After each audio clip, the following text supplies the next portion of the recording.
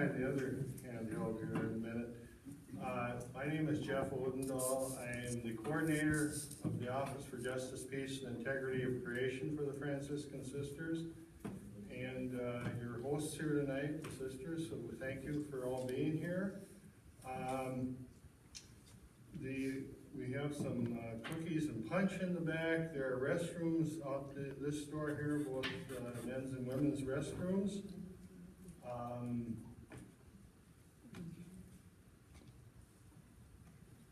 There's something else I was going to say, but I've forgotten.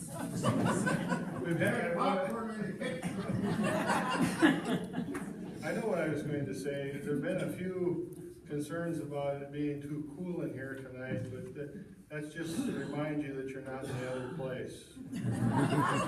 Thank you.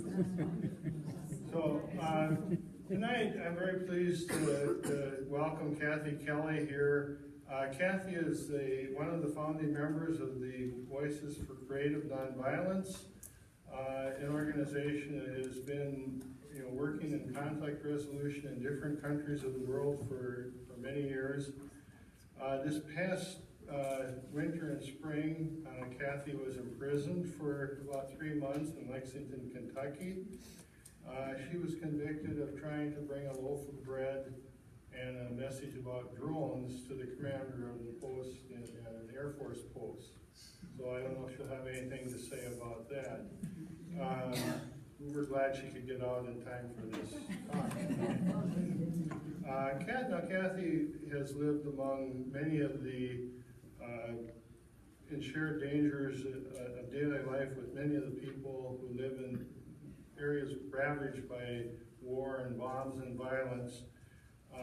Since 2010, and she has a long history before this, and some of you who have known her for a while probably know something of that, but just since 2010, she's made 14 trips to Afghanistan and has lived with the people there, the middle-class people on the streets there, and experienced what it's like to live in that society with warfare going on all around.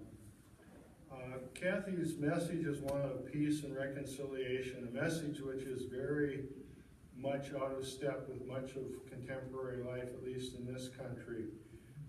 But it's very much in sync with the Franciscan message and with the message of St. Francis of Assisi. So I'd like to welcome Kathy here tonight to speak to us.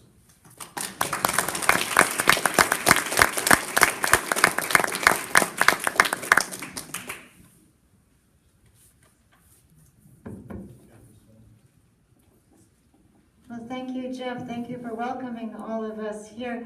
You know, if anybody came from a more ordinary background than mine, it would be frightening.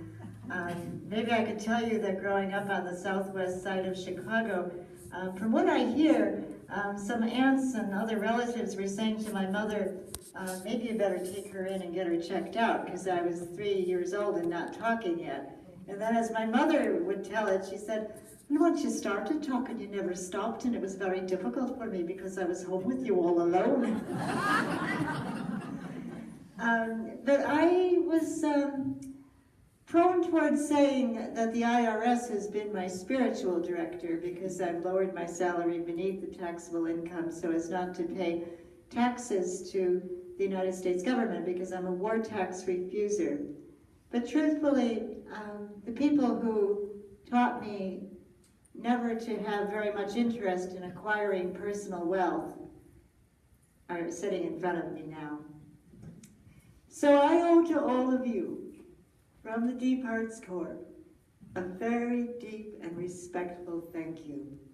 Thank you for the example, thank you for the image, thank you for the encouragement, thank you for the kindness, and thank you for never showing my generation that you had the slightest interest in acquiring personal wealth. It's a lesson we need desperately right now. Because as our country tries to reach out and acquire more land, more energy consumption, more fuel, then we end up spending more of our resources in this terrible, terrible loop. Here we are hoping, please, Francis, get over here and save us from ourselves.